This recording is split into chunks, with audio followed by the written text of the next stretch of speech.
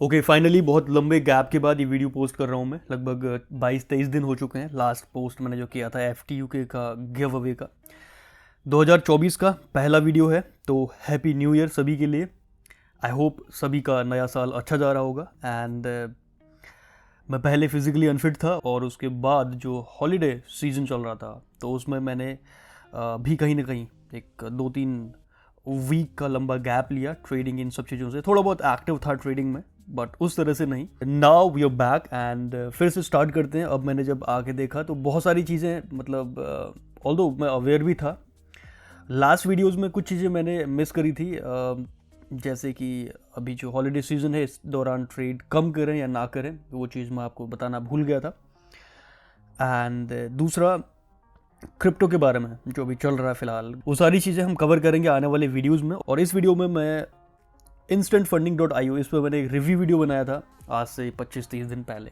तो इसका withdrawal proof मैं आपको दिखा देता हूँ और मेरा अपना डैशबोर्ड भी दिखा देता हूँ, क्योंकि मैं चाहता हूँ कि जहाँ पे भी मैं विड्रॉल ले रहा हूँ एटलीस्ट मैं आपको शो करूँ, जस्ट बिकॉज कि आपको ये थोड़ा सा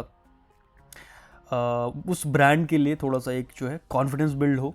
और अगेन ट्रेडिंग करना ना करना ये सारी चीज़ें आपके ऊपर डिपेंड करेंगी। आपका एक्सपीरियंस कैसा है, कितना कॉन्फिडेंट आप साउंड करते हैं, क्या ट्रेडिंग बनी भी है या नहीं बनी है आपके लिए। और जो प्रॉफिट मैं आपको दिखाऊंगा उसको आप अमाउंट पॉइंट ऑफ व्यू से ना देख के आप ऐसे देखिए कि ब्रांड की जो रियलिटी है एग्जैक्टली क्या है, इस तरह से। ठीक है, अभी तक भी मैंने बहुत सारे विड्रॉल्स के प्रूफ आपको दिखा रखे हैं एंड सेम उसी वे में इसको आप पॉजिटिवली लीजिए, क्योंकि ये यानी अमाउंट जो भी आप देखते हैं वो एक स्टिमुलेंट की तरह काम करता है। तो हो सकता है ये अमाउंट आपके लिए कम हो या फिर हो सकता है आपके लिए बहुत ज़्यादा हो।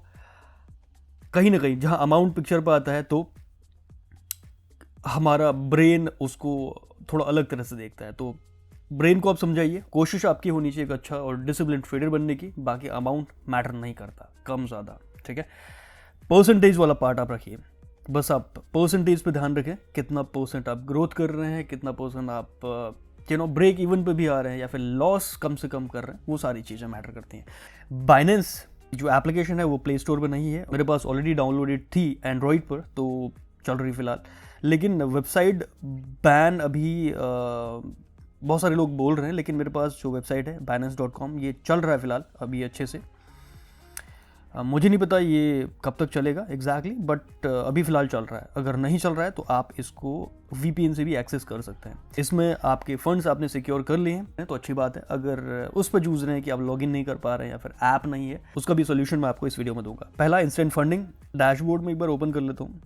जनवरी का मंथ अभी तक का आप देख सकते हैं। देखिए मैं आपको एक कॉमन चीज़ बता दूं, जो दिसंबर मंथ है उसके आसपास 25 तारीख के आसपास से वॉल्यूम बहुत कम हो जाता है मार्केट में।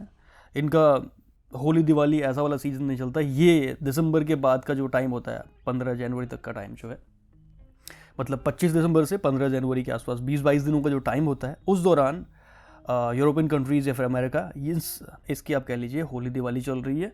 इसी टाइम पर आप यहाँ पर वॉल्यूम कम देखेंगे। इसके अलावा अच्छा खासा वॉल्यूम हमेशा आपको दिखता है फॉरेक्स मार्केट में। लेकिन इस दौरान कम वॉल्यूम में ट्रेड करने का हाल आप देख रहे हैं। मैंने कुछ ट्रेड करी भी थी दिसंबर मंथ में, अच्छा खासा हम अब थे यहाँ पर। आप देख सकते हैं लगभग $4700 हमने प्रॉफिट जनरेट किया था।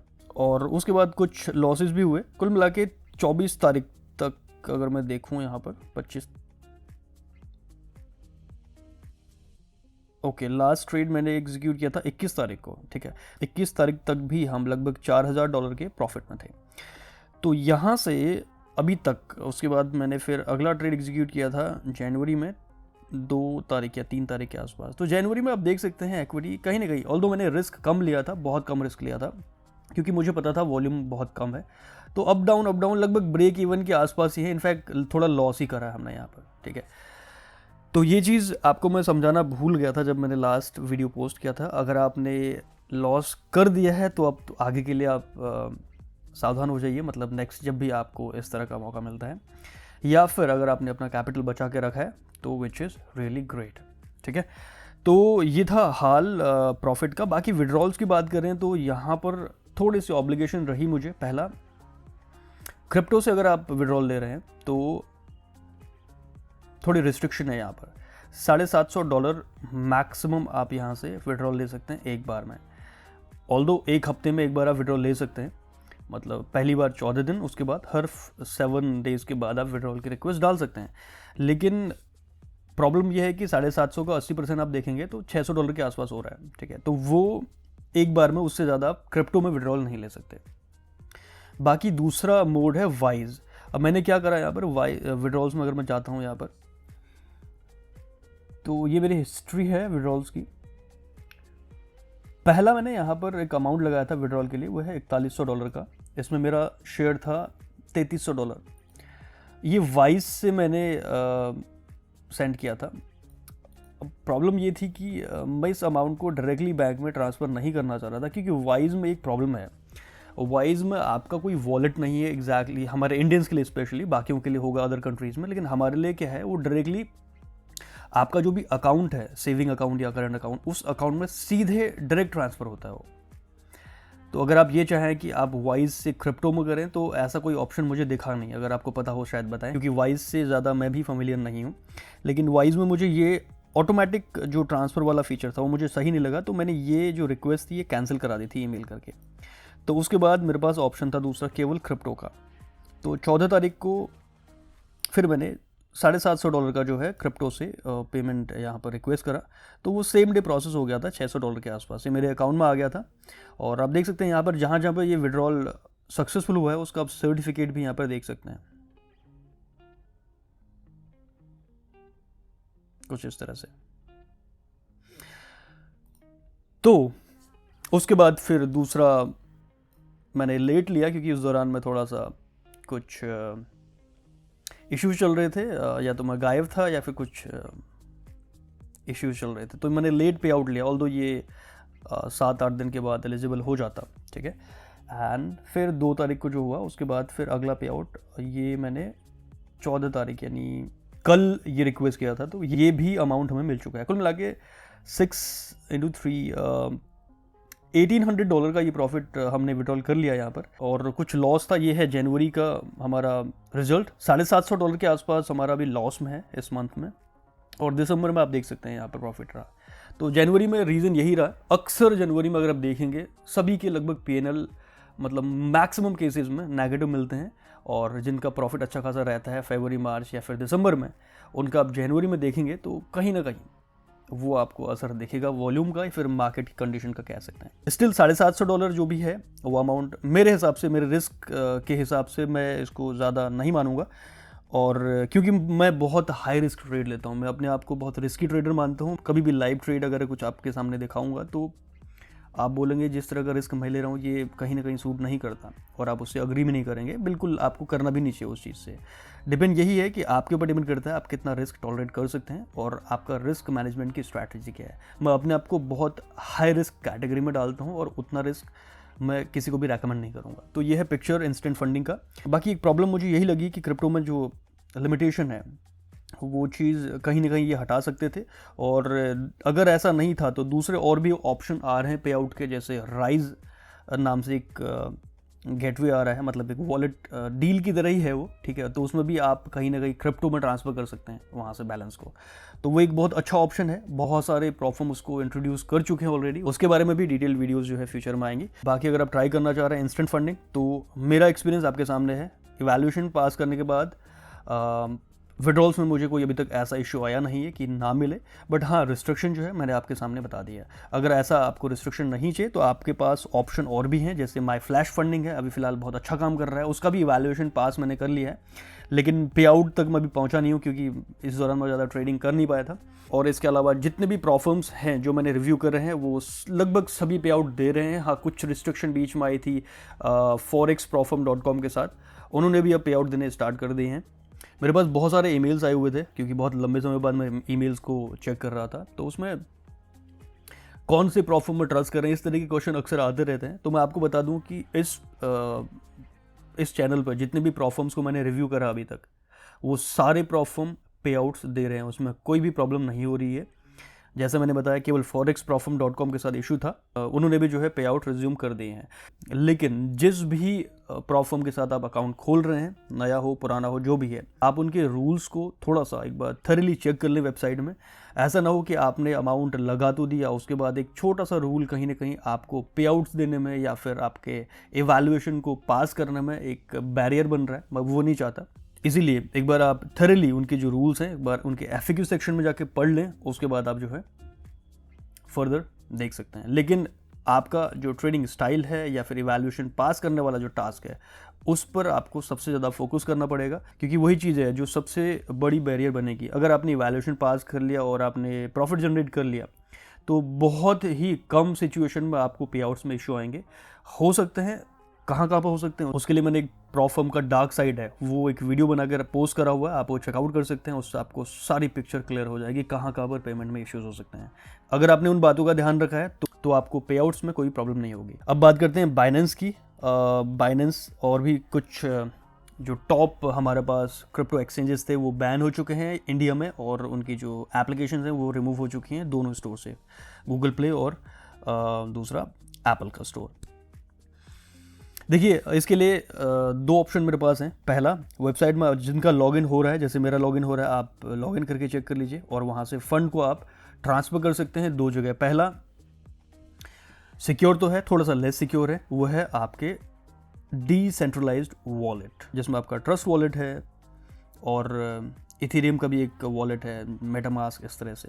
ठीक है, कुल मिला के आप जो टॉप डिसेंट्रलाइज्ड वॉलेट हैं वहाँ पर अपना अमाउंट डाल सकते हैं, और उसकी की को आप संभाल के रखिए और उसको आप ऑफलाइन वे में संभाल के रखिए। कहीं पे भी ऑनलाइन ईमेल पर या फिर क्लाउड पर मत रखिए, नोट कर लीजिए पेपर पर और अपने कहीं पे सिक्योर जगह पर उसको रख लीजिए। ठीक है, APK फाइल आपको मिल जाएगा, यहाँ से डाउनलोड कर लीजिए एंड्रॉइड में। ठीक है, और इस APK फाइल से आप लॉगिन करके यहाँ से भी आप अपने फंड को एक्सेस कर सकते हैं और यहाँ से आप ट्रांसफ़र कर सकते हैं वॉलेट में। कौन सा? डिसेंट्रलाइज। अब अगर डिसेंट्रलाइज वॉलेट सिक्योर तो है, लेकिन सबसे ज़्यादा सिक्योर वॉलेट जो माना जाता है वो है आपका हार्डवेयर वॉलेट। तो उसके लिए आपको थोड़ा सा पैसा लगाना पड़ेगा एक हार्डवेयर वॉलेट को ख़रीदने में, और वहाँ पर आप अपने अकाउंट को जो है, अपने जो क्रिप्टोज़ हैं उसको सिक्योर कर सकते हैं। लेकिन उससे पहले ये देख लीजिए कि जिस वॉलेट को आप ख़रीद रहे हैं वो किस किस तरह की करेंसीज़ को जो है या फिर क्रिप्टो करेंसीज़ को जो है सपोर्ट करता है और किस नेटवर्क पर सपोर्ट करता है। जैसे बाइनेंस के नेटवर्क की बात करें, BEP20 नाम से जो मिलता है USDT के लिए, या फिर जितने भी बाइनेंस की जो स्मार्ट चेन है उस पर जो टोकन्स हैं या फिर कॉइन्स हैं, मैं फ़िलहाल यही बोलूँगा कि आप उससे हटा लें अपने टोकन्स को। इथेरियम की चेन पे आप रखें, या फिर ट्रोन की भी ठीक है अगर USDT की बात करें, या फिर टोकन का जो अपना नेटवर्क है उसी नेटवर्क पर रखें। तो ये चीज़ आपको ध्यान रखनी होगी किसी भी वॉलेट को ख़रीदने से पहले कि वो किस नेटवर्क में, किस चेन में आपको जो है स्टोर करने की फैसिलिटी देता है। ठीक है, अगर हार्डवेयर वॉलेट की बात करें, थोड़ा एक्सपेंसिव है ज़रूर, लेकिन वो एक सिक्योर वे है आपके टोकन्स को संभालने का। ट्रस्ट वॉलेट या फिर डिसेंट्रलाइज वॉलेट भी अच्छे ऑप्शन हो सकते हैं। अब क्योंकि वो ऑनलाइन एक्सेस किए जाते हैं तो वहाँ पे भी हैक होने के चांसेस रहते हैं, क्योंकि हो सकता है आपका स्मार्टफोन जिसमें आपका वॉलेट है वो ऑलरेडी इन्फेक्टेड हो, या फिर आपने किसी भी सस्पिशियस लिंक से आप कुछ ऐसा चीज़ आपने एक्सेस कर दिया जहाँ से कहीं ना कहीं आपका पासवर्ड रिवील हो गया या फिर आपकी प्राइवेट कीज़ रिवील हो गई, तो फिर उस सिचुएशन में डिसेंट्रलाइज वॉलेट भी उतने सिक्योर नहीं रहते। अब एक और चीज़ ये है कि अगर आपने किसी भी प्लेटफॉर्म से पे आउट लेना है क्रिप्टो में, अब बाइनेंस में तो आप डायरेक्टली ले नहीं सकते, अब या तो आप किसी वॉलेट पे ले लीजिए डायरेक्टली। ठीक है, अब किसी वॉलेट में कुछ कॉइन सपोर्ट नहीं करता, इस तरह की सिचुएशन अगर हो रही है, या फिर आपको ट्रांजैक्ट करने के लिए एक्सचेंज की ही ज़रूरत है। ऑल्दो आज के टाइम पर बहुत सारे वॉलेट के फीचर ऐड हो चुके हैं, तो उसमें आप स्वैप वगैरह कर सकते हैं, बहुत सारी करेंसीज को आप एक्सचेंज भी कर सकते हैं। लेकिन अगर आपको लग रहा है कि आपको क्रिप्टो एक्सचेंज की ज़रूरत ही है, उसको एक्सचेंज करने में आपको वॉलेट्स में ज़्यादा फ़ी देना पड़ रहा है, इस तरह का कुछ है, तो मैं आपको एक सजेशन देना चाहूँगा। ये मेरा पर्सनल सजेशन है, और एक चीज़ ध्यान में रखिए, मैं एक फाइनेंशियल एडवाइज़र नहीं हूँ, बस मैं केवल अपने एक्सपीरियंस के हिसाब से जो मैं फ़िलहाल कर रहा हूँ इस सिचुएशन में जहाँ पर आपके टॉप एक्सचेंजेस बैन हो चुके हैं, वो ये है कि आप टॉप एक्सचेंजेस में ट्रांजैक्ट ना करें। यहाँ पर ट्रांजैक्शन करने से कहीं ना कहीं हो सकता है अभी 5-6 बैन हुए हैं, हो सकता है 8-10 और बैन हो जाएं अगले 2-4 महीने के अंदर, ऐसा भी हो सकता है अगर ये कंप्लायंस फॉलो नहीं करेंगे तो। बट फिलहाल ऐसा कीजिए कि आप किसी ऐसे एक्सचेंज को पकड़िए जिसकी रेपुटेशन भी अच्छी है और वो टॉप 20 में आता भी नहीं है। जैसे मेरा एक एक्सचेंज है यहाँ पर, इसका नाम है पोलोनियक्स। इसको फाउंड किया था 2014 में। आपने हो सकता है बहुत सारे लोगों ने इसका नाम सुना होगा और बहुत सारे लोग इसका नाम नहीं भी जानते होंगे क्योंकि ये बहुत पहले आया था। पोलोनियक्स पे मैंने ट्रेडिंग करी थी 2016-17 के आसपास। अब भी ये चल रहा है फिलहाल, बीच में कुछ इश्यूज आए थे पोलोनिक्स के साथ। अब ऑनलाइन जहाँ पर एक्सचेंजेस की बात करें, कहीं ना कहीं कुछ न कुछ इश्यूज रहते हैं, लेकिन जहाँ बात करें एक्सचेंज के फीचर्स या किस तरह से काम कर रहे हैं, 2014 यानी 10 साल से बहुत अच्छा काम कर रहे हैं, ठीक है। अगेन मैं प्रमोट नहीं कर रहा हूँ, मैं इतना कह रहा हूँ कि आप किसी इस तरह के एक्सचेंज को ढूंढिए जो, अगर आप लिस्ट देखें, बहुत सारे एक्सचेंजेस आ चुके हैं जिसकी बहुत ज़्यादा हाइप क्रिएट नहीं हुई है, वहाँ पर आप फंड ना रखें। अब देखिए यहाँ पर मेरे पास कोई फंड नहीं है, जितना भी फंड आ रहा है मैंने कहीं ना कहीं वॉलेट्स में डाल रखा है, बट मैं यहाँ पर सिंपल सा केवल एक्सचेंज करने के लिए उस अमाउंट को लेता हूँ कुछ छोटे समय के लिए। किसी भी एक्सचेंज में आपका अमाउंट जो है वो सिक्योर नहीं है, इसीलिए आप ऐसे एक्सचेंज को तो ना चूज़ करें कि जो जहाँ से विड्रॉल लेने में ही आपको प्रॉब्लम हो, ऐसा भी ना हो। उसके आप रिव्यूज़ रेटिंग चेक कर लें। अगर मैं इसकी भी बात करूं, अगर आप इसके साथ भी अकाउंट बनाना चाह रहे हैं तो आप बना सकते हैं, कोई प्रमोशन नहीं है, केवल एक थोड़ा सा अपना एक्सपीरियंस शेयर कर रहा हूं आप लोगों के साथ, ताकि आप कहीं ना कहीं इन सब झंझटों से बचे रहें, ठीक है। तो आप कहीं पर भी इसका वॉलेट दीजिए एड्रेस, और उसके बाद यहाँ पर आपका फंड अगर आ जाता है उसको आप एक्सचेंज कर लीजिए जिस भी कॉइन में आप रखना चाह रहे हैं। उसके बाद आप उस टोकन या कॉइन को वॉलेट पर ट्रांसफर कर लीजिए तुरंत। बस एक्सचेंज करने में कहीं ना कहीं यहाँ पर आपको फ़ी कम देनी पड़ेगी। अगर मैं ट्रस्ट वॉलेट की बात करूँ, वहाँ पर अगर आप ERC जो टोकन्स हैं, अगर आप मान लेते हैं USDT में वहाँ पर अमाउंट लेते हैं, अब आपको USDT में नहीं रखना वो अमाउंट, फिर वहाँ से आप स्वैप करेंगे तो वहाँ पर चार्जेस इतने ज़्यादा बढ़ जाते हैं। इट्स बेटर कि आप किसी एक्सचेंज के वॉलेट में लीजिए उस USDT को, ठीक है, और उसके बाद उसको आप किसी जिस भी टोकन में आप उसको ट्रांसफ़र करना चाह रहे हैं उसको एक्सचेंज करें, उसके बाद फिर किसी वॉलेट में उसको आप ट्रांसफ़र कर सकते हैं। ये एक बेस्ट वे है, इसमें आपका फ़ी जो राउटिंग फ़ी, गैस फ़ी के लीजिए, वो बहुत कम लगेगा, ठीक है। आई होप ये वीडियो आपके लिए थोड़ा सा इन्फॉर्मेटिव रहा होगा। वीडियो पसंद आता है तो हमेशा की तरह एक लाइक स्मैश कर दीजिए। हम मिलते हैं आपसे नेक्स्ट वीडियो में। Till then take care and happy trading.